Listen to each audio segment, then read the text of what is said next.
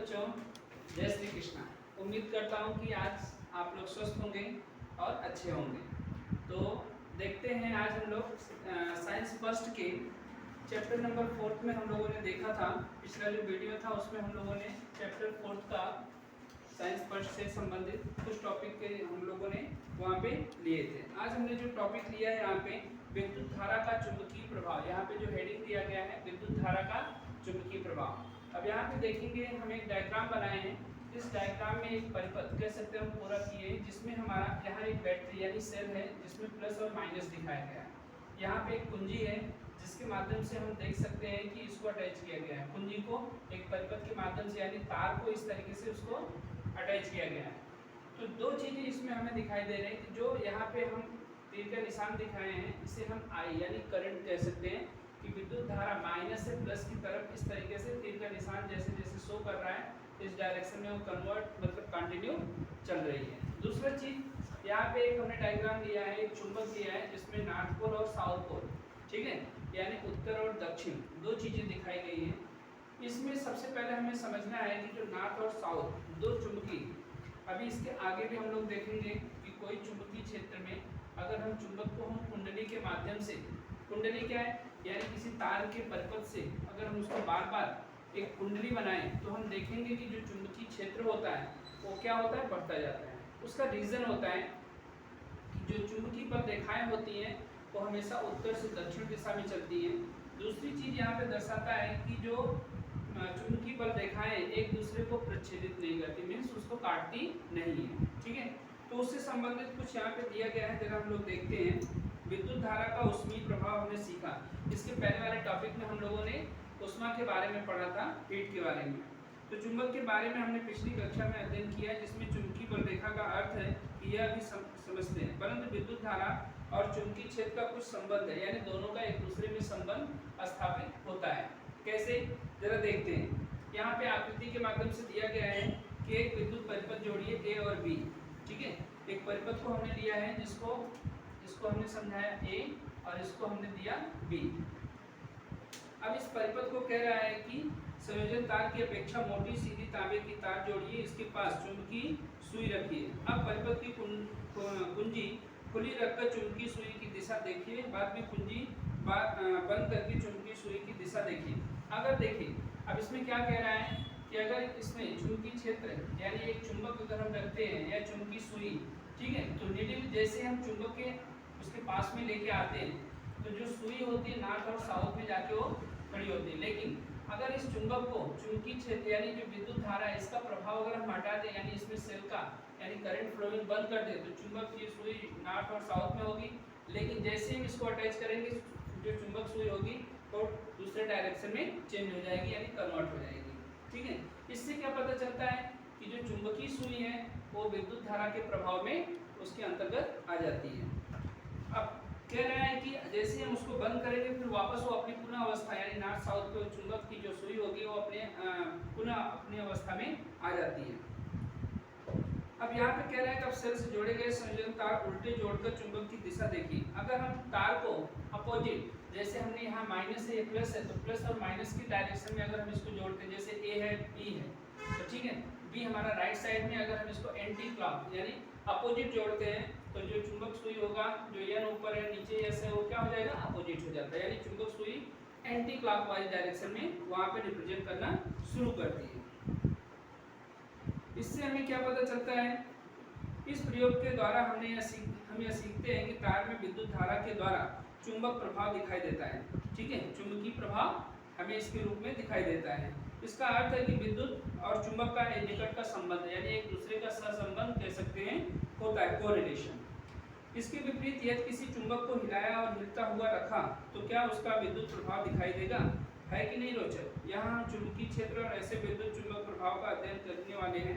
अंत में विद्युत चरित्र और विद्युत जनित का सिद्धांत रचना और उसकी कार्य समझने वाले हैं। अब यहाँ पे एक डायग्राम दिया है, इस डायग्राम के माध्यम से उसने क्या किया है, एक गत्ता लिया है, एक कार के माध्यम से समझाने की कोशिश किया है।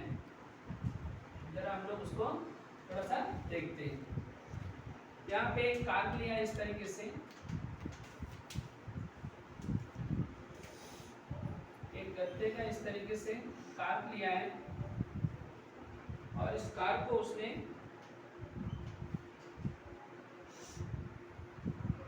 इस तरीके से उसने अटैच किया है और यहाँ पे लिया है अमीटर और उसको एक सेल से जोड़ दिया गया है। इसके नीचे भी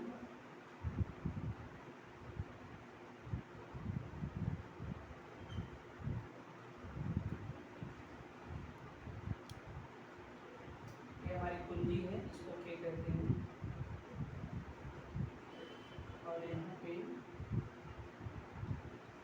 सेल ले लिया है। ठीक है, अब हमारा बैटरी हो गया, ये हमारा मीटर, ये हमारा रिहास्टेट हो गया, ये हमारा एक गत्ता हो गया। और गत्ते में यहाँ पे देखेंगे इस तरीके से नॉर्थ और साउथ, थोड़ा इसको बढ़ा लेना चाहिए। अब इसको उसने क्या किया है, इस तरीके से रिप्रेजेंट किया है। ठीक है, अब हम देखते हैं इसमें कि तांबे की एक मोटी तार लिया है। ठीक है, और यहाँ पे हमारा चुंबक सुई है। ठीक है, यहाँ पे हमारा चुंबक सुई है और एक क्या कह रहा है, गत्ता लिया है, ये हमारा रिहास्टेट है, एमीटर है, सेल है और हमारा कुंजी है। अब जैसे हम कुंजी को यहाँ लगाते हैं तो करंट फ्लो होना शुरू होता है, यानी सेल यहाँ पे हमारा अगर हम माइनस लेते हैं, ये हमारा प्लस है, तो करंट इस साइड में, और अगर हम यहाँ माइनस रखते हैं, यहाँ प्लस रखते हैं तो इस डायरेक्शन में। ठीक है, माइनस का प्लस साइड में यहाँ पे करंट फ्लो होता है। ठीक है, इस तरीके से कह सकते हैं कि करंट का फ्लो होता है। जैसे हम कुंजी लगाते हैं तो वैसे ही इसमें करंट फ्लो होना शुरू होता है। अब हम आते हैं गत्ते पे, तो गत्ते के पास जो हमारा ये हमारा मेटल्स है, तांबे का एक तार है जिसके माध्यम से इसको जोड़ा गया, ये तांबे का तार है, परिपथ यहाँ पे अटैच किया गया। अब देखते हैं कि यहाँ पे जब हम नीडल्स रखते हैं, चुंबकीय सुई रखते हैं, तो इसके आसपास एक चुंबकीय क्षेत्र तैयार होता है। चुंबकीय क्षेत्र यानी करंट जितना ज़्यादा होगी, चुंबकीय क्षेत्र उतना ज़्यादा वहाँ पे मौजूद होता है। ठीक है, सेल में जितना कम इलेक्ट्रॉन यानी कह सकते हैं कम विद्युत धारा प्रवाहित होगी, उसकी चुंबक का एरिया भी उतना ही कम होता है। ठीक है, क्योंकि मैंने बताया है कि चुंबकीय बल रेखाएं क्या होती है, एक दूसरे को काटती नहीं है। अब यहाँ हम लोग देखते हैं इस परिपथ के अनुसार संयोजित किए गए गत्ते से आर पार जाने वाली मोटी तार में से जब बड़ी लगभग 1 एम्पीयर अधिक विद्युत धारा प्रवाहित होती है, अगर हम उसमें 1 एम्पीयर विद्युत धारा प्रवाहित करते हैं, तब गत्ते पर तार की परिपथ विभिन्न स्थानों पर चुंबकीय सुई रखी जाने पर प्रत्येक स्थान पर चुंबकीय सुई निश्चित दिशा में स्थिर रहती दिखाई देती है। यानी जब हम करंट 1 एम्पीयर उसमें बैठाते हैं या उसमें प्रवाहित करते हैं, तो जो चुंबकीय सुई है अपने जगह पे ही स्थिर रहती है, यानी उसमें कोई मोमेंट नहीं होता है, या उसमें कह सकते हैं कोई दिशा परिवर्तन नहीं होता है, स्थिर रहती दिखाई देती है। उस दिशा को पुतले पर पेंसिल से दर्शाइए, जैसा कि मैंने यहाँ पे गोल सा सर्कल में इस तरीके से रिप्रेजेंट किया गया है।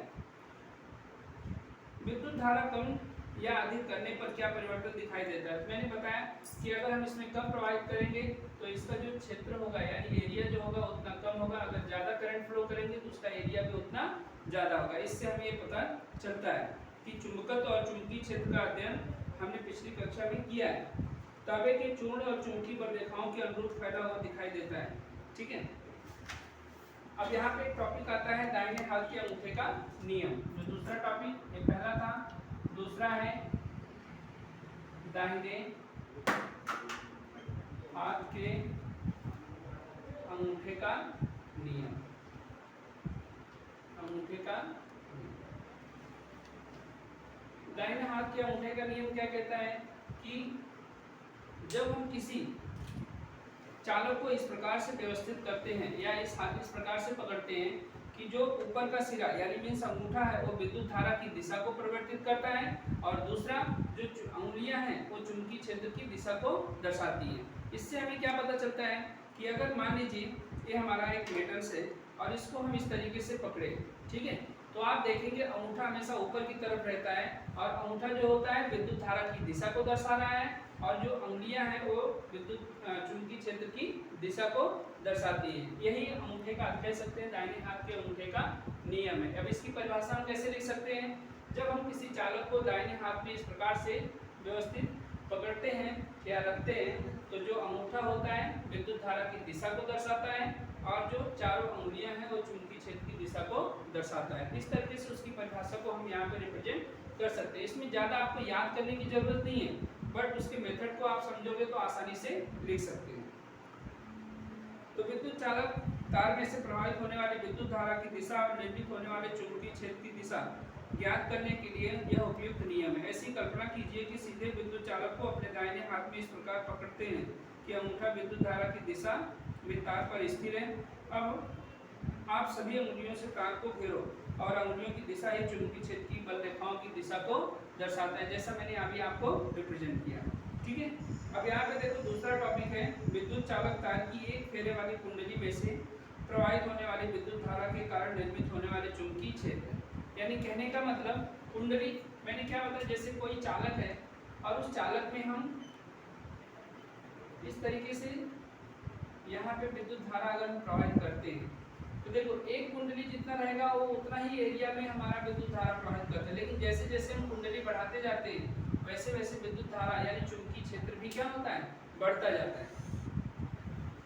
तो सीधे विद्युत चालक में से प्रवाहित होने वाली विद्युत धारा के कारण निर्मित होने वाले चुंबकीय क्षेत्र की बल रेखाओं के बारे में हमने देखा है। इस विद्युत चालक तार को एक फेर वाली कुंडली के आकार में मोड़ने से विद्युत धारा के द्वारा निर्मित होने वाले चुंबकीय क्षेत्र की चुंबकीय बल रेखाएं कैसी होंगी।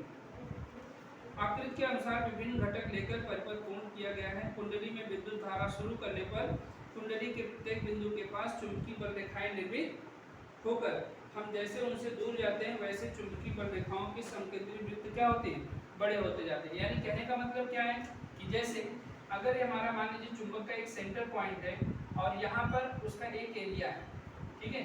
अब समकेंद्री यानी जैसे जैसे हम इसके पास जाते हैं वैसे वैसे देखेंगे इसका एरिया भी क्या होता है, बढ़ता जाता है। अगर हम दूसरा सर्कल इस तरीके से लें तो इसका रेडियस क्या होगा, बढ़ता जाएगा। रेडियस बढ़ेगा यानी इधर अगर बढ़ रहा है तो इस साइड में भी बढ़ रहा है। इससे हमें क्या पता चलता है कि जो चुंबकीय बल रेखाएं हैं वो जैसे जैसे यहाँ पे बढ़ती जाएंगी वैसे वैसे उसका क्षेत्रफल यानी उसका एरिया भी बढ़ता जाता है। जब हम कुंडली के मध्य भाग में आएंगे तब इस वृत्त इतने बड़े हो जाएंगे कि इनका चाप सरल रेखा में दर्शाया जा सकता है। चुंबकीय बल रेखाओं को केवल बिंदु P और Q के पास दर्शाया गया है। ठीक इसी प्रकार से कुंडली के प्रत्येक बिंदु के पास निर्मित होगी। इस प्रकार प्रत्येक बिंदु कुंडली के केंद्र पर चुंबकीय क्षेत्र निर्मित करेगा। कुंडली का केंद्र बिंदु यानी कह सकते हैं इसका सेंटर पॉइंट, ठीक है, यानी बीच में सेंटर पे। दाहिने हाथ के अंगूठे के नियम का उपयोग करके यह परीक्षण कीजिए कि तार की कुंडली का प्रत्येक बिंदु कुंडली के मध्य भाग में स्थित चुंबकीय बल रेखा निर्मित करने में सहभागी होता है और ये बल रेखाएं कुंडली के मध्य भाग पे एक ही दिशा में कार्यरत होती है। दूसरा यहाँ पे हम लोग देखते हैं थोड़ा सा, तार में से प्रवाहित होने वाली विद्युत धारा के कारण किसी भी बिंदु पर निर्मित होने वाले चुंबकीय क्षेत्र की तीव्रता उस विद्युत धारा पर निर्भर करती है। इसे हमने अपने प्रयोग में देखा है। यदि कुंडली में तार के फेरे होंगे, मतलब जितने ज्यादा होंगे, एक फेरे द्वारा जितना चुंबकीय क्षेत्र निर्मित होता है उतना n गुना चुंबकीय क्षेत्र निर्मित, यानी जितना हम कह सकते हैं फेरे हम बढ़ाएंगे उतना ही विद्युत धारा भी क्या होगी, बढ़ती जाएगी। अब यहाँ पे देखो एक टॉपिक लिया है, परिनलिका में से प्रवाहित होने वाली विद्युत धारा द्वारा निर्माण होने वाला चुंबकीय क्षेत्र। ये बहुत इंपॉर्टेंट है, बोर्ड के एग्जाम में कई बार पूछा गया है। इसको आप लोग कोशिश करिए ज़्यादा से ज़्यादा रिवीजन करने का। तीसरा जो टॉपिक है परिनलिका में से प्रवाहित होने वाली, तीसरा टॉपिक है परिनलिका में से प्रवाहित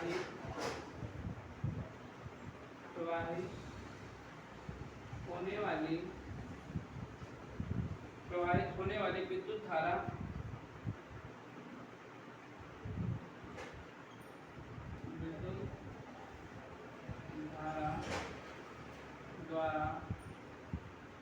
विद्युत धारा द्वारा निर्माण चुंबकीय क्षेत्र, यानी ये टॉपिक है, जरा इसे हम लोग समझते हैं, ठीक है। यानी यहाँ पे देखेंगे एक परिपथ लिया है, ठीक है। इस परिपथ में उसने क्या किया है, दो सेल्स लिया है, यहाँ एक कुंडी है, ठीक है,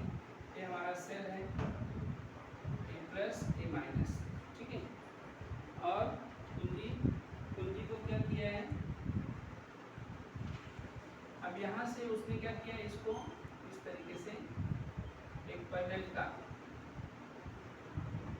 इस तरीके से उसने अटैच किया है, ठीक है। तो आप देखेंगे कि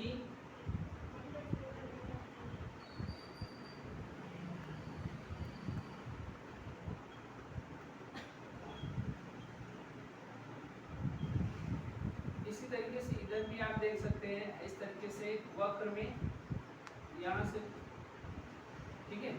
इसका मतलब क्या हो गया? इसका मतलब ये हो गया कि जो हमारी एरिया है, ठीक है, यानी जो कुंडली के बीच का एरिया है, कैसे इसको देखते हैं। अब ये हमारा एक परिपथ हो गया, इसको तार को सेल के माध्यम से कुंजी, जब हम करंट इसमें, यानी इसको हम क्या कहते हैं, जैसे ही हम इसमें कुंजी लगाते हैं तो इस परिपथ में विद्युत धारा प्रवाहित होना शुरू हो जाता है। ये हमारी पैनल का है। कोई एक प्लास्टिक का आवरण होता है जिसके ऊपर हम क्या करते हैं, एल्युमिनियम या कॉपर का कुछ वायर इसमें क्या करते हैं, घुमा देते हैं, ठीक है। जितनी बार लपेटते हैं उतना चुंबकीय क्षेत्र यहाँ पे तैयार होता है। मैंने ये भी आपको बताया कि परिपथ में इस तरीके से सर्कल, आप देखेंगे सर्कल बढ़ता जा रहा है, सर्कल हमारा बढ़ता है, यानी चुंबकीय क्षेत्र क्या हो रहा है, बढ़ता जा रहा है, जितना ऊपर उतना नीचे। दूसरी चीज इसमें ध्यान देना है कि चुंबकीय बल रेखाएं एक दूसरे को कभी काटती नहीं है। मैंने बताया है कि हमेशा उत्तर से दक्षिण दिशा में चलती हैं। जो चुंबकीय बल रेखाएं होती हैं उनकी कुछ गुण होते हैं। चुंबकीय बल रेखाएं हमेशा उत्तर से दक्षिण दिशा में चलती हैं। दूसरा, चुंबकीय बल रेखाएं कभी एक दूसरे को काटती नहीं है। तो पैनल के बारे में थोड़ा सा देखते हैं। इसमें दिया है